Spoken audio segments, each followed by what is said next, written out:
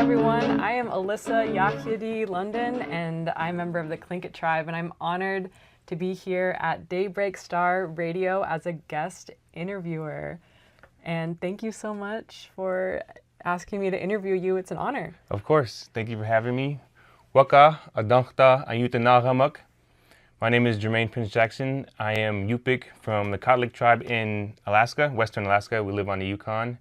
And thanks for having me. Thanks for interviewing me, Alyssa. Thanks for coming. Thank you.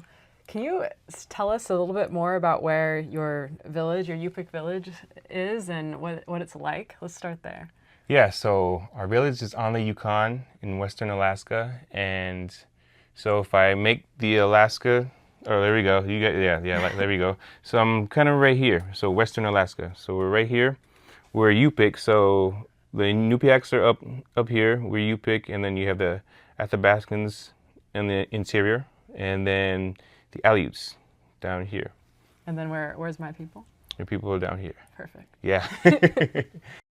Yeah, so I was born in Fairbanks, Alaska, actually, and then moved to Anchorage while I was 2 years old, and grew up mostly in Anchorage, but I would spend the summers most of my life in Tlingit, Alaska. And so we are fishermen, and my grandfather, Fred Prince, so that's where I get my middle name from, Prince. He had the biggest boat. He was the biggest fisherman, and so we were a family that grew up, you know, a little bit better than everyone else. You know, we were the clean family, the clean natives. But, you know, we had a good amount of money, and From fishing? From fishing. But And, yeah, and from also living in Anchorage? Living in Anchorage. But yeah, I just remember fishing all the time. My mother was one of the only fisher women in the village and the surrounding areas, and she had her fisherman's license. And so it was just great growing up with her. I started fishing with her when I was 9 years old. We would fish all night, I remember. And back then we would catch a lot of fish, big salmon. Back then you can like make big kings? Big kings. Big kings, it would be Like how big? See, those exist up yeah, there. that big. So And I heard the Yukon kings are the best kings. They are the best. They taste the best. Yeah. And that's because of the fat content? Fat contents, and you know, the route that the kings come, it's kind of like a circular route when they're coming from Japan, and they make the way up to Alaska, but they're coming fresh from the ocean. That's why. Coming into the Yukon fresh from the ocean. We get them first, and they actually go into Canada area. What are some of your favorite ways that you remember preparing those big kings? So I didn't do too much of that. That was mostly the women. Fair. Okay. But well, you might have observed your mom doing it. I observed my mom doing it, and we had reindeer camp. So our people would travel every season. We would travel with the food, you know. So if it was moose hunting season in the fall, we would do that. Egg hunting season, berry picking season, fishing season, you know, trapping season. So and we would travel, and we would usually have reindeer camp or, you know, fish camp, and that's where we like hang up our fish. I just remember my mom just always working with her hands. She's had strong hands, strong Native women hands, and that's just what I remember with my mom. My mom was like one of the strongest people I know. Like literally, she still is, and she's like a fighter. She's she's short to me, but she's like short and strong and very smart. I think that's what my dad says, I get my smarts from her. So I just remember that, just growing up in the summers, growing up as a mixed kid, or, you know, I would get into fights because, you know, they would talk about my skin, but when you're in the village, everybody is like related to, you know, I'm related to most of the people in the village. They're my cousins, you know, so it always felt like home. So that's what I remember. It sounds like you have a lot of skills from your upbringing. You lived a pretty traditional life, at least in the summer times, it sounds like. Yeah, in the summer times, and good thing my mom was a hunter, and she's just like a strong woman where she would cut wood, she was mend her own nets, she would always have a boat. She would work on her boat, and if we needed anything, we'd go to one of our uncles or, you know, one of our neighbors. And, you know, and now I live with my dad in Anchorage, and my dad's from Vegas. Okay. Yeah, so And how did your parents meet? my parents met in Fairbanks, Alaska, when my mom was going to college. And how many siblings do you have? I have so many siblings. I have 4 on my mom's side, Okay. but I have so many on my dad's side. My dad has like 3 waves of kids. Yeah. But I'm the oldest boy. Okay. I have 3 older sisters, 2 that are full black, 1 that is half black, half white, and then me on down, everybody is half native. Amazing. Yeah, so. So how did your life contrast in Anchorage? What was that upbringing like? I grew up in Anchorage, so for me, it was just normal. You know, I don't know. It was a city, but now I've lived in Seattle. I've traveled around the world. It's just it was a small city. Actually. But I lived in Anchorage for a while, so there's some things to love about it. So what are some things you love about Anchorage? Yeah, the people. Like, you can actually knock on your neighbor's door and ask, to borrow whatever. You grow up in Anchorage, and it's just like a community. I would call it a big village. It's just like the biggest village we have in Alaska. But growing up in Anchorage, it was warmer. I was able to play sports. The schools are better, so that's unfortunate that the schools are not that good in the villages. But that's what a lot of people do. When they leave the village, they go to school, and we want more of our people to go to school, go to college. But unfortunately, they have to leave the village to do that. But the schools were better. I just remember starting to play sports at a young age, starting to work on music.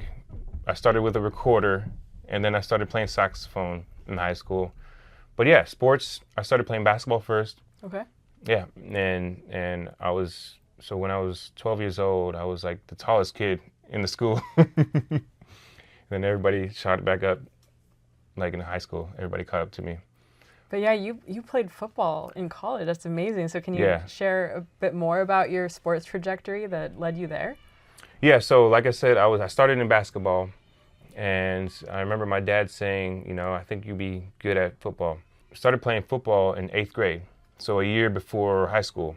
I was good at running the ball, but I wasn't very good at playing the sport because I didn't know how to play it, and the X's and O's and blocking and things like that. But I went to East High School my first 2 years.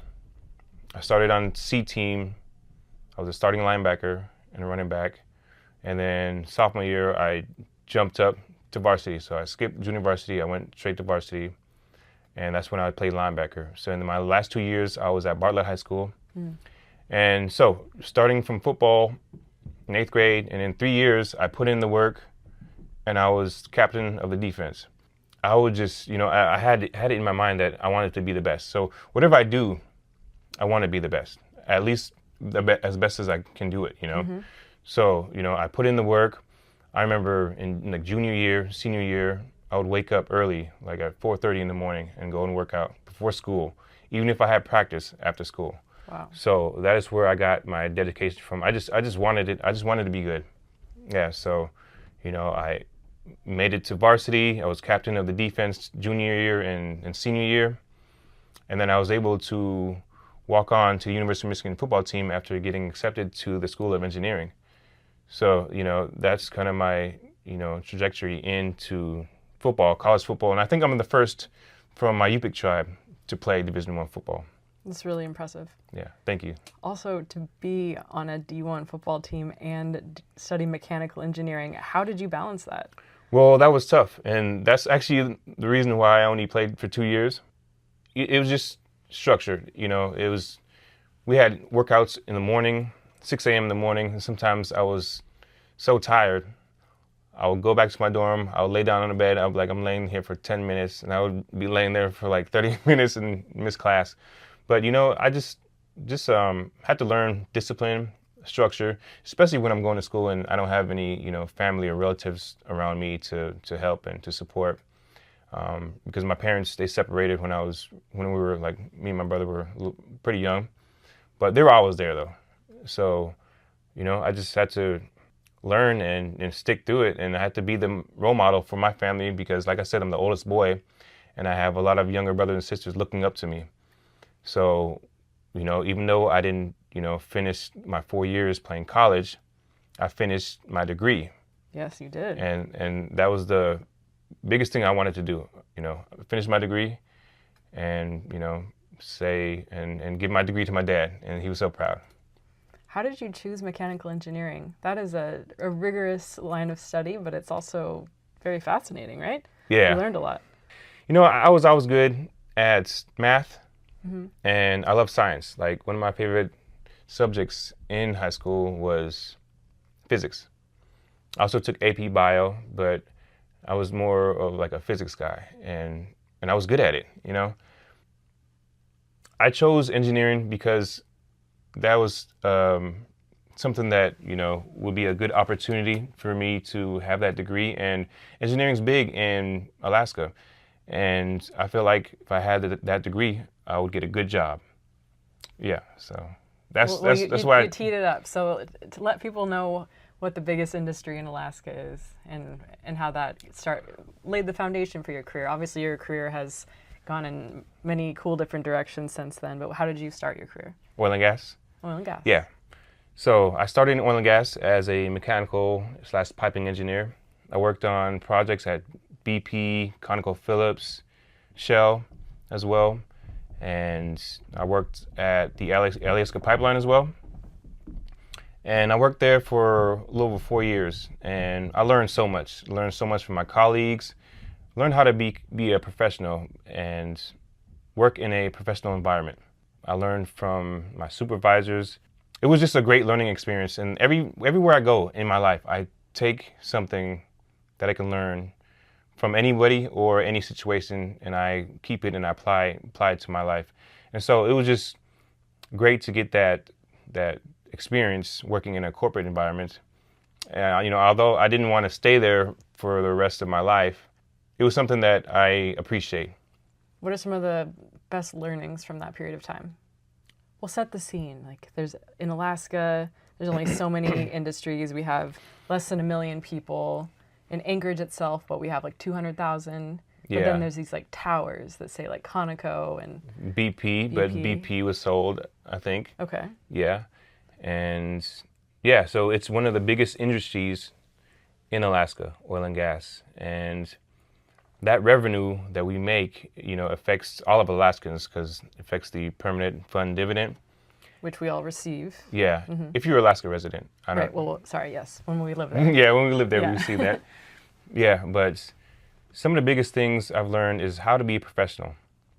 Yeah, and how to be in a professional setting and how to conduct myself in meetings with professionals, with CEOs, with management, with managers, with top engineers. It was just great to learn. One thing I learned from that experience that affected me to where I moved in the direction I wanted to go in was I had a coworker. So I had 2 coworkers. One, his name was John Nagy. He was a tall guy, gentle giant. And he had his routine. Every day he would come in early, he would work for 4 hours, he would eat his lunch that his wife made him for 30 minutes, and for the rest of the 30 minutes, he would play solitary. He'd do it every single day. Every single day. You play solitaire? Solitaire for, I don't know. To like just zone out and I don't know why I say solitary. Hey, because you did it solitarily? Yeah, solitaire. If that's a word. Yeah. I think I've been saying that since I was little. Okay. Solitary. That's maybe a native thing or a village thing. Sometimes I get words stuck in my head and that just becomes what they're called. Yeah. It's hard to break out of the pattern. Yeah, so, but he was a great person. I learned so much from him. I worked on a few projects with him.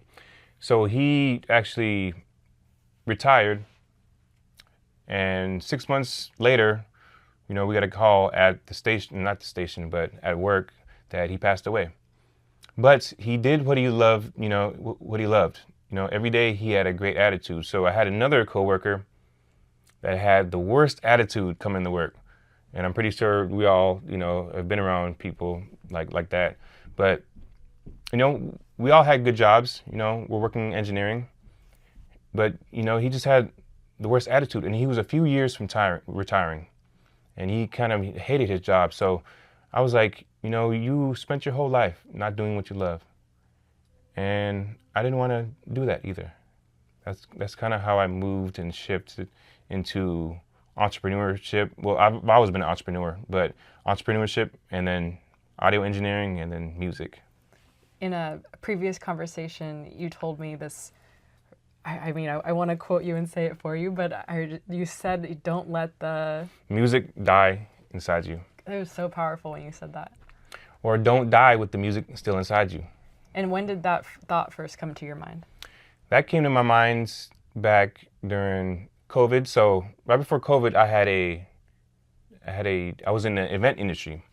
So I had a photo booth business. I was doing a lot of events. Entrepreneurship. Yeah. But I'm sure there's many ventures, but that's one of them, right? Yeah, that's one of them. That's one of them that was successful. Okay. You just got to keep going, and you'll be successful as long as you don't quit. Just never quit. I was doing events all over Seattle. I was doing events in Portland. I had a team. Jeez. And so COVID hit, the whole event industry shut down. So, I was like, I really don't want to go back to engineering. So wait, when did you leave Anchorage and leave your job in oil and gas? 2017. Okay. And I came down and I worked in construction. Got it. Yeah, so I worked in construction.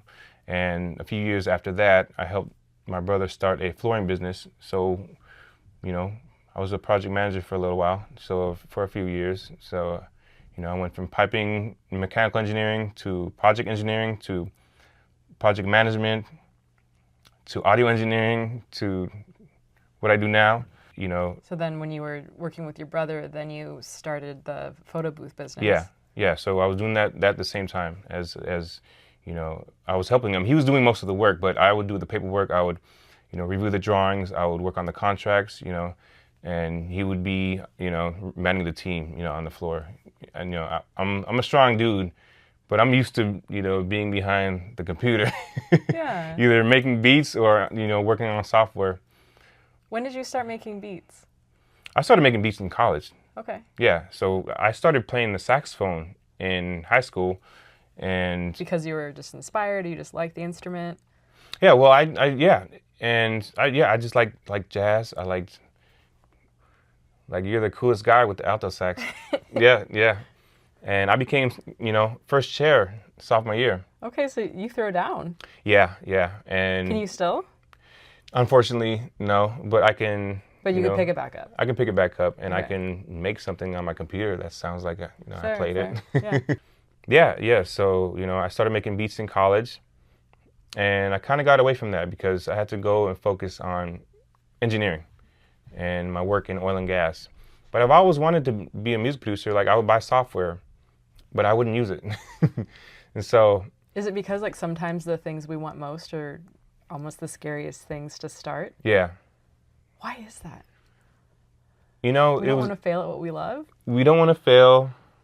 And, if, I'm sure a lot of other people can, attest to this. If your parents want you to go in one direction, you're like, okay, I'll do it. A lot of people want their, kids to be lawyers or doctors or engineers. Yeah. So I wanted to make my parents proud.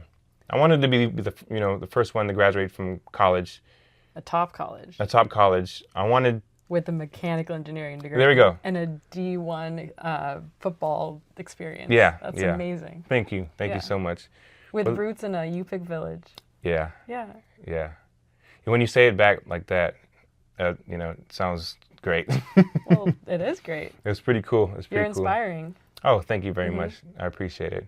I hope it inspired, a lot of Native kids all over the country, all over the world, indigenous kids and indigenous people to chase their dreams. And that's exactly what I did. And, I had to do it again.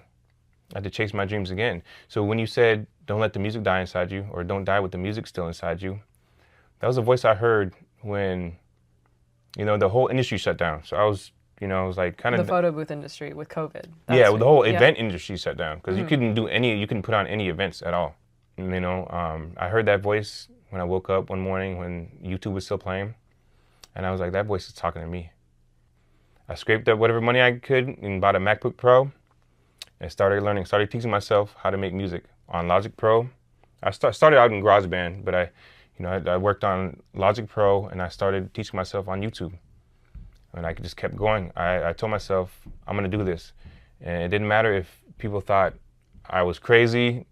Yeah, some people stopped talking to me as well. They thought I was crazy because I don't know. I've been doing engineering a lot. Most of my career, and I'm making a change. And I told somebody like what my goals were in music, and they were like, "Oh, you kind of crazy right now." So, do you want to state them again?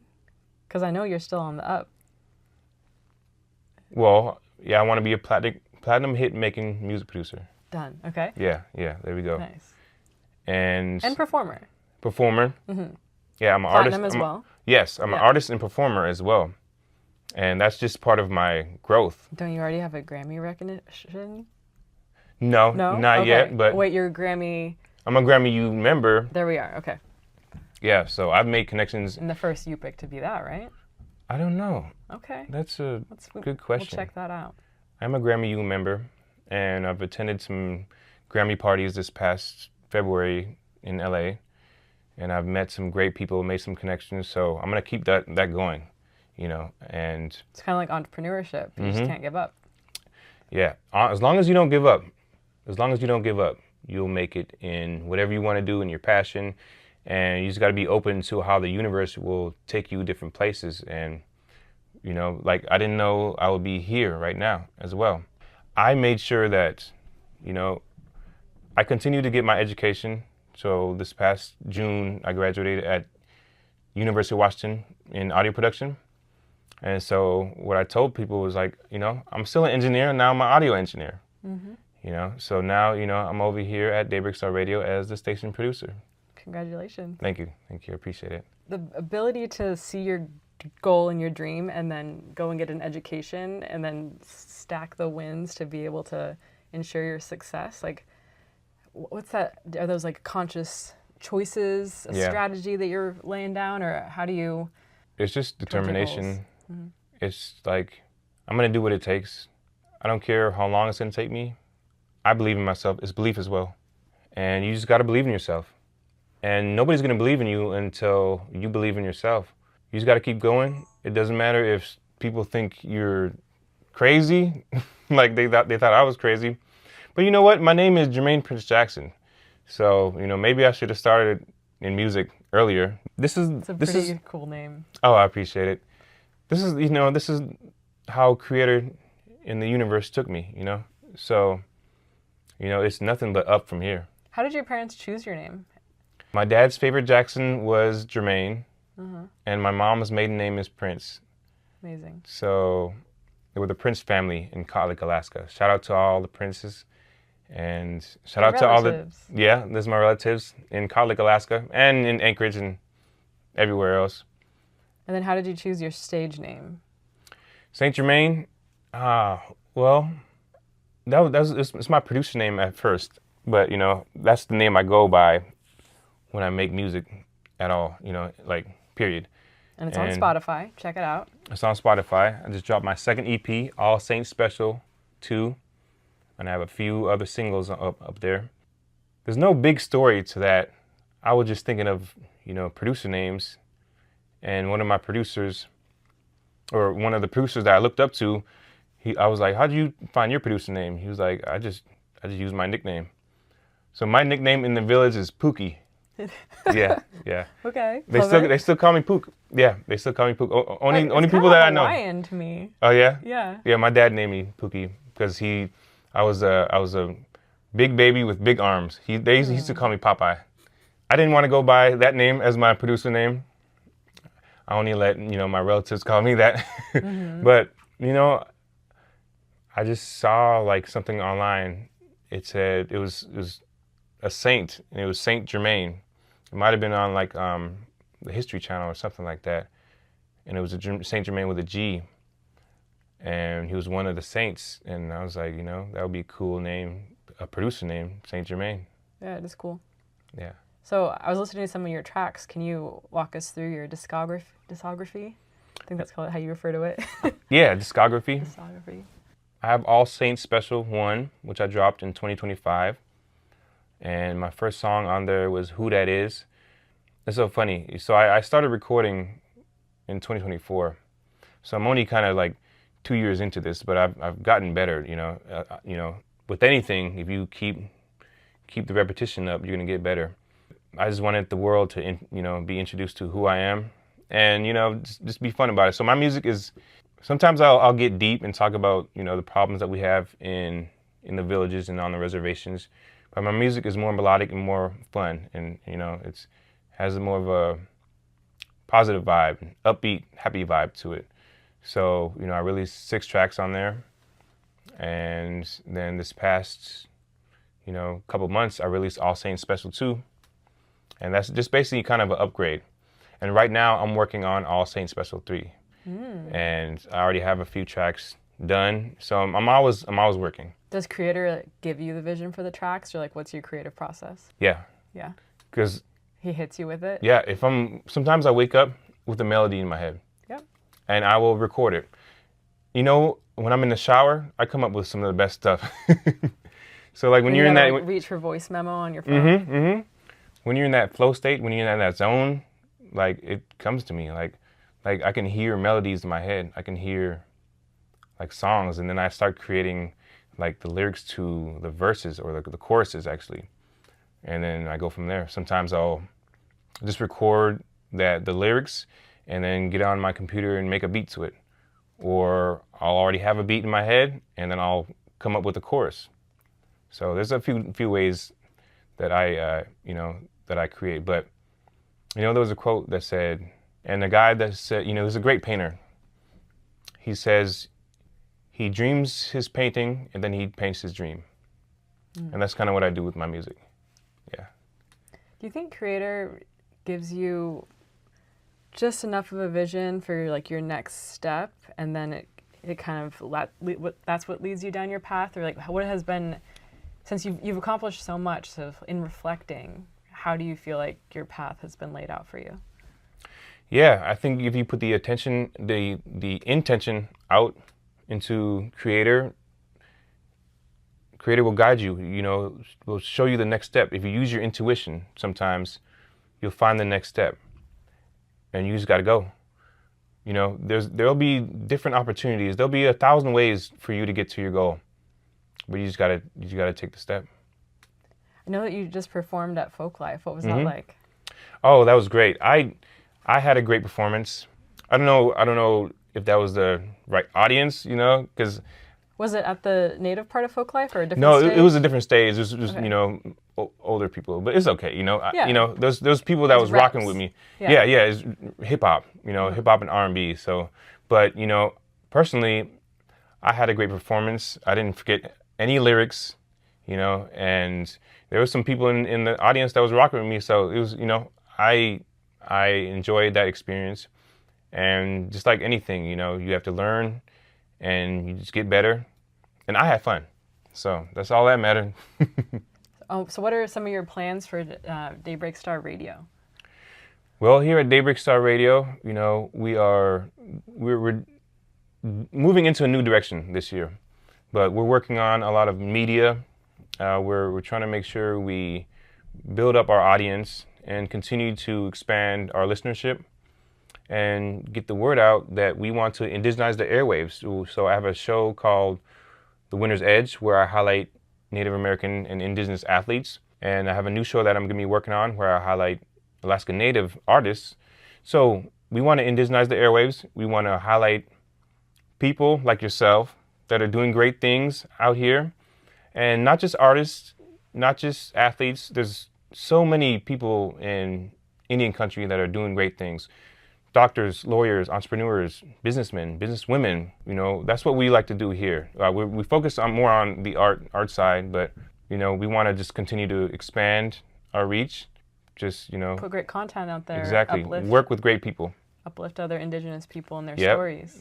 Yeah, exactly. And I know that once you have the entrepreneurship eye, you see opportunity everywhere. So your music business is part of your entrepreneurial outlets. Yeah. Are there any other entrepreneurial ventures you have your eye on that you can share with us? So this is why you need to continue to work at your craft and continue to do the repetition and never stop, because I was doing some work in 2025 on a TV show that was being filmed. It's called Deal Keeper. And, I did the theme song to that show. I did about 5 tracks in that show. And, I was doing it because I was working with a friend. Shout out to Leo. He's from Alaska as well. He's the filmmaker down in Atlanta. And, it wasn't for the money. It was that I was working with somebody, But, just a few weeks ago, actually, maybe last month, that show just got picked up by Tubi, the streaming platform. So, that's why you always have to have faith and believe in yourself. And we're working on season 2 right now. And, the push is for... So you have a track or multiple tracks in this show that is now streaming on Tubi? Yeah. So the theme song, I produced the theme song. Got it. Me and Leo did that. Mm-hmm. He's actually a former rapper as well. I've known him since middle school. Oh. Yeah. We both, grew up in Anchorage. Cool. So that's another great thing about Anchorage is the people that you grew up with, you'll always remember. It's a tight-knit community for still being kind of large. Yeah. I do love that. Yeah, well, first, that's just 2 Alaskans working on a show that just got picked up by Tubi. And it's on Roku if you don't have Tubi as well. But we're working on season 2. And, hopefully the push is for eventually to be on Netflix. What's the show about? It's a, comedy horror show. Yeah. It's actually kind of funny, but yeah, you got to go watch it. It's called Deal Keeper. But yeah, some of the things I'm working on right now is All Saints Special 3. Mm-hmm. There's an event that I'll be putting on pretty soon, my own event, in a few months here in Seattle. Where you're going to perform? Yeah, well, I'll be performing, but I'll be putting on my own event. Build all of the shows that you just talked about too. Yeah. For the radio station. Yeah, definitely. One more thing about college, just for the listeners that, they do have to leave their community, or even leaving Alaska can be difficult because it's very different here in the lower 48. So as someone who grew up in Anchorage but also spent summers in their Yupik village, what was that mindset transition that you needed to go through in order to be successful? I'm not going to lie, it was tough. Mm-hmm. There was, a semester where I had to withdraw because, everything was getting to me and I was kind of by myself. Well, you're only 19, 20? Yeah. Yeah. And then we're expected to live in dorms and everything? You live in dorms, playing football, go to school, go to engineering, which is not easy. At University of Michigan, which we're ranked top 5. We're usually ranked top 10 of all the universities in mechanical engineering every year. Yeah, it's a top school. Yeah. But you went back, and just like you keep saying, you didn't give up. I stayed there. Okay. I stayed there. I took a couple credits and I stayed there. Okay, never mind. And I just kept thinking about my family. I kept thinking about my little sisters that were, if I went back, I just wanted to make my family proud. I just took it day by day. If things were going tough, take it day by day.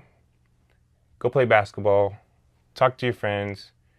Go out and don't just sit in the dorm because, it's tough, but go out and do some activities. I was part of the National Society of Black Engineers. I was part of the Native American program over there. Did you do ACES too? I did ACES. I got ACES scholarships as well. Nice work. Mm-hmm. I was part of Unified Minorities in Mechanical Engineering. I was the vice president there as well. Jeez. So, you just got to keep going. Yeah, I have no doubt you're going to achieve all of these dreams that are about to be realized. So, based on that track record and that mindset, it's fun to watch your journey. Mindset is everything. So, I just want to, make sure that the kids in my village know that they can do it too. Because if I can do it, you can do it.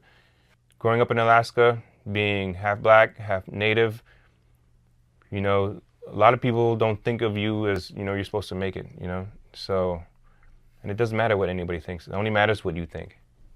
And I think you told me about this necklace. It's from a family member, right? This one is actually, okay. This one, I like this one because it's an arrow and it's actually in Navajo. And shout out to my sister Janelle, she's half Navajo. Maybe it was from the Zoom then that we did that you were wearing some. Yeah. I have another eagle. Okay, that that's what it was. My uncle gave me, but I think this fits my outfit a little bit better. Yeah, it's nice. So is this your merch? I'm not wearing my merch. You're not wearing your merch? Okay. But it says Saint on here. Nice. This is something This is something else that I wear because it says Saint. Okay. But I didn't know if it was the Saint Jermaine merch. yes, I will be coming out with merch pretty soon. See, that's another entrepreneurial venture. Yeah, yeah. So I always have ideas that I'm always thinking about, and sometimes I'll brainstorm for 20 minutes on new new business ideas, and make sure I write them down. And if I get one that resonates with me, I'll act on it. So you want to make sure you act on your ideas. You want to make sure you take action every day on your goals. Yeah, because Creator gives you the ideas so that you will go and realize them in the world, because they impact other people in a positive way too. Exactly. Yeah. Nice. But you've had an amazing journey. Is there any other wisdom you want to impart? I just want to say, Koyana, for coming here and interviewing me. You've had an amazing journey as well, and we will definitely look forward to interviewing you. First of all, keep a lookout for me. There's going to be more things that I'm coming out with. But, if I can do it, going from the village to playing football at a D1 college, to graduating with, in mechanical engineering, working in oil and gas, to starting your own business, to pivoting and working on your passion, coming out with an EP, performing for 30 minutes on stage, you can do it too. If I can do it, you can do it. Well, on that note, it's amazing to know you and amazing to help you share your story. So thank you for the opportunity to interview you. Thanks, Alyssa. I appreciate it. Thank you.